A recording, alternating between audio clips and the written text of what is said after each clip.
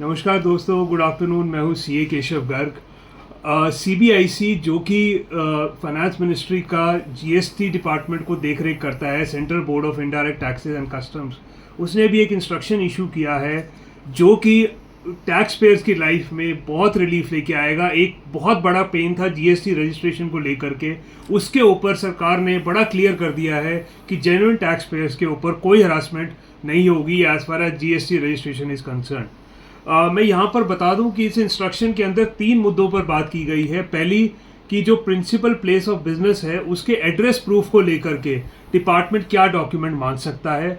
दूसरा, जो constitution of business है उसके लिए आप डॉक्यूमेंट क्या लगेगा। तीसरा, कि रजिस्ट्रेशन प्रोसेस जो है उसको किस तरीके से फॉलो किया जाएगा।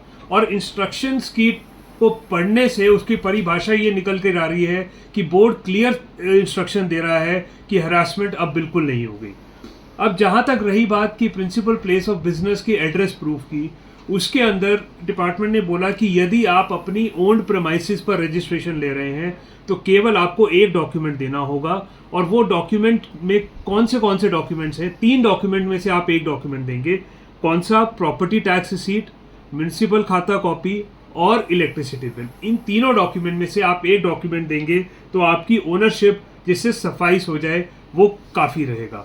अगर आप रेंटेड प्रेमाइसेस में रजिस्ट्रेशन ले रहे हैं तो वहाँ पर उन्होंने सिनेरियो 2 बनाए कि अगर तो आपका रेंट एग्रीमेंट रजिस्टर्ड है तो क्या होगा, और अगर अनरजिस्टर्ड है तो क्या होगा। अगर रजिस्टर्ड है तो आपका रेंट एग्रीमेंट प्लस एक डॉक्यूमेंट जिससे ओनरशिप प्रूफ हो, और वो क्या होगा, या तो म्युनिसिपल खाता कॉपी, प्रॉपर्टी टैक्स रिसीट या इलेक्ट्रिसिटी बिल। और अगर रेंट डीड जो है वो रजिस्टर्ड नहीं है, उस केस में साथ में लैंडलॉर्ड की एक आइडेंटिटी प्रूफ, उसका आधार, पैन वगैरह डिपार्टमेंट मांग सकता है। यदि फर्ज कीजिए आप रजिस्ट्रेशन ले रहे हैं ऐसे प्रेमाइसिस पर जो कि आपके रिलेटिव का है, आपके पेरेंट्स का है, आपके स्पाउस का है, तो उसमें एक प्लेन पेपर पर उनका कंसेंट लेटर चाहिए होगा अलॉन्ग विद एक ओनरशिप प्रूफ जो कि प्रॉपर्टी रिसीट, म्युनिसिपल खाता और इलेक्ट्रिसिटी बिल में से एक डॉक्यूमेंट कोई भी हो सकता है। इसके अलावा डिपार्टमेंट ने और बोर्ड ने बड़ा क्लैरिफाई कर दिया है कि कोई और डॉक्यूमेंट जो कि अननेसेसरी है वो नहीं मांगा जाएगा और लोगों को हरास नहीं किया जाएगा। इसके अलावा जो इम्पोर्टेंट बात है जो डिस्कशन की गई वो ये किया गया कि जो ओनरशिप को आपने डिपार्टमेंट को वेरीफाई करना है वो डिपार्टमेंट खुद पब्लिक डॉक्यूमेंट से वेरीफाई करेगा, ना कि टैक्स पेयर को उसके लिए हरास किया जाएगा। सेकेंड पॉइंट जो इम्पोर्टेंट इस इंस्ट्रक्शन में डिस्कस किया गया कि कॉन्स्टिट्यूशन ऑफ बिजनेस, कि आपका नेचर ऑफ बिजनेस क्या है, उसको लेकर के क्या डॉक्यूमेंट लगेंगे। यदि आप एक पार्टनरशिप डीड हैं और पार्टनरशिप फर्म है और आप रजिस्ट्रेशन ले रहे हैं तो आपको केवल पार्टनरशिप डीड लगानी होगी। और यदि आप कोई सोसाइटी है, आप कोई बॉडी ऑफ इंडिविजुअल हैं, आप कोई कंपनी है, आप कोई ऐसी संस्था है जिसका किसी और कानून के अंतर्गत आपने कोई रजिस्ट्रेशन लिया हुआ है, तो वो रजिस्ट्रेशन सर्टिफिकेट सफिशिएंट होगा आपका कॉन्स्टिट्यूशन ऑफ बिजनेस इस्टेब्लिश करने के लिए। इसके साथ साथ डिपार्टमेंट ने बड़ा क्लियर कर दिया है, सरकार ने बड़ा क्लियर करा इस बात को लेकर के कि कोई भी मनगढ़ंत ऑब्जेक्शन नहीं लगाए जाएंगे। जैसे मान लीजिए कि कोई कंपनी है, वो एक स्टेट के अंदर रजिस्ट्रेशन ले रही है और उसके जो डायरेक्टर्स हैं उस स्टेट में नहीं रहते, तो वो उस तरीके का कोई ऑब्जेक्शन नहीं लगाया जा सकता। ये सारी मनगढ़ंत ऑब्जेक्शन है, प्रिजम्पटिव ऑब्जेक्शन है जो ऑफिसर्स अपने पास से लगाते थे। तो सरकार ने क्लियर कर दिया है कि इस तरीके के ऑब्जेक्शन अब नहीं लगाए जाएंगे, आपको एक दायरे में रह करके काम करना होगा।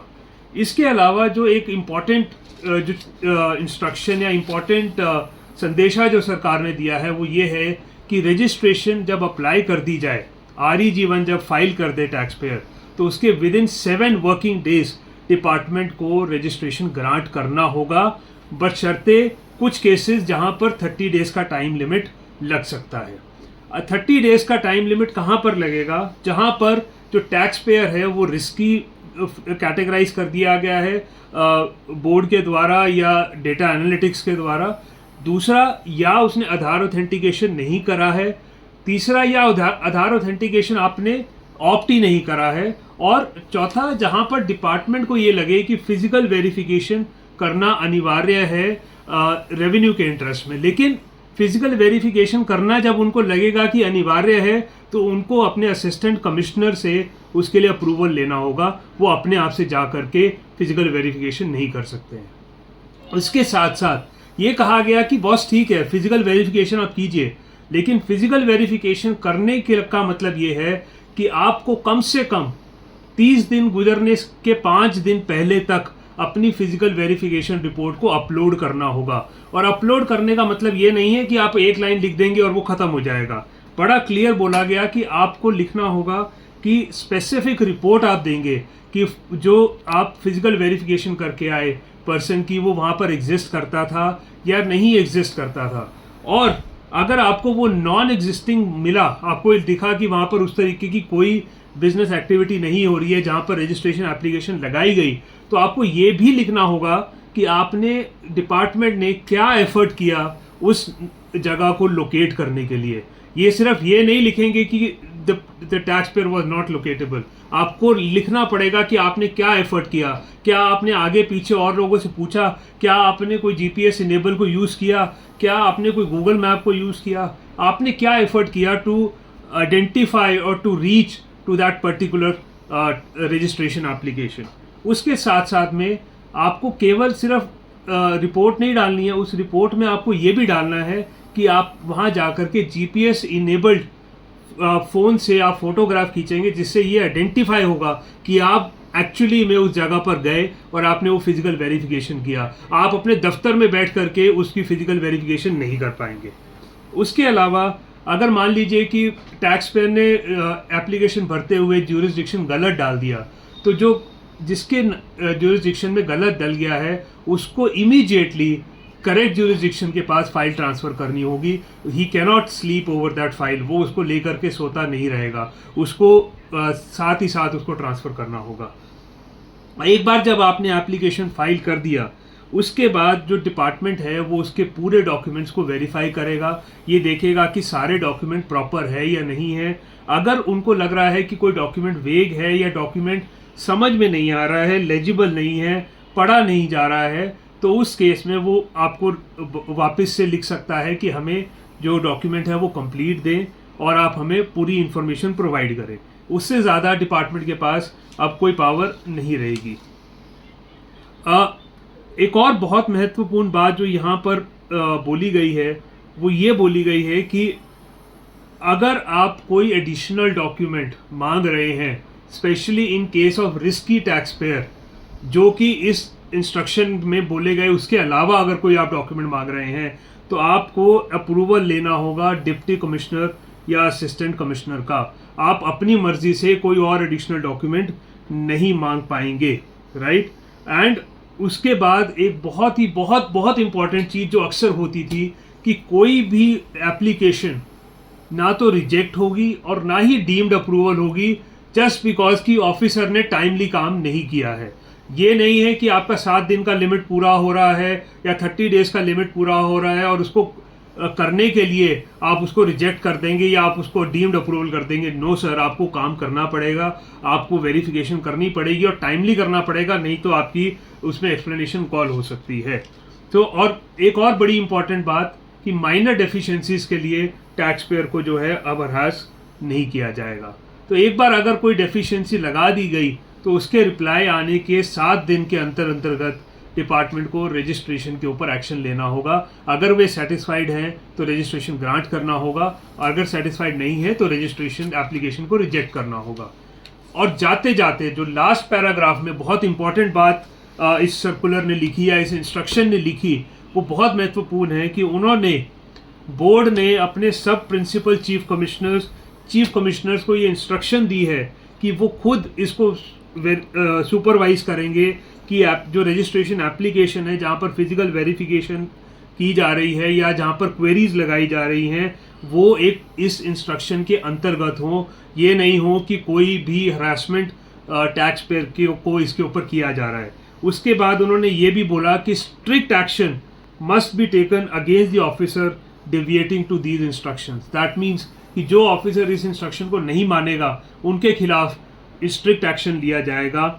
और उसके बाद इन्होंने ये भी कहा कि कमिश्नर्स ये इंश्योर करेंगे कि कि सफिशिएंट स्टाफ हो रजिस्ट्रेशन जो ग्रांट करते हैं, और वो ट्रेड के साथ ट्रेड को नोटिस दें, ट्रेड को इन्फॉर्मेशन पहुंचाएं कि इस तरीके की इंस्ट्रक्शन आ चुकी हैं और इस रजिस्ट्रेशन प्रोसेस को स्मूथ किया जाए।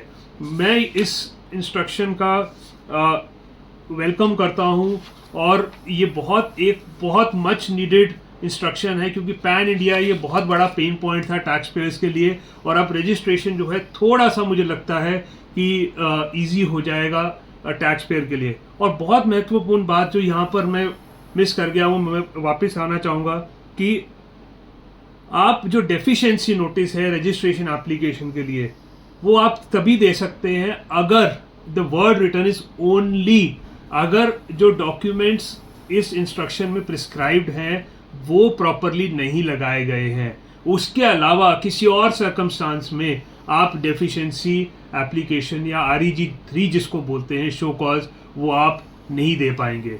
तो एक यूजुअल प्रैक्टिस बन गई थी कि रजिस्ट्रेशन हम लोग लगाते थे, फिर उसकी क्लैरिफिकेशन आती थी, कुछ भी क्लैरिफिकेशन आती थी, और उसके बाद वो 15 दिन वहाँ निकल जाते थे, 15 दिन के बाद फिर एक और प्रोसेस चलता था, फिर जाकर रजिस्ट्रेशन ग्रांट होती थी। तो हर एक रजिस्ट्रेशन जो है वो 30 से 40 दिन का प्रोजेक्ट बन गया था, जो कि अब नहीं होगा। वो सिर्फ और सिर्फ रिस्की टैक्स पेयर या जो आधार ऑथेंटिकेशन नहीं करते हैं, सिर्फ उनके लिए होगा। बाकी सब केसेस में 7 वर्किंग डेज के अंदर रजिस्ट्रेशन ग्रांट कर दी जाएगी। ये बहुत महत्वपूर्ण इंस्ट्रक्शन है। आप अपने फ्रेंड्स को शेयर कीजिए, अपने कारोबारियों के साथ शेयर कीजिए, लोगों के साथ शेयर कीजिए, ताकि उनको इन्फॉर्मेशन मिल सके। और हमारा एक व्हाट्सएप चैनल है insights by CA Keshav R Garg, उसको भी ज्वाइन कीजिए। हम इस तरीके के अपडेट्स आपके लिए लाते रहेंगे। बहुत बहुत धन्यवाद। Thank you.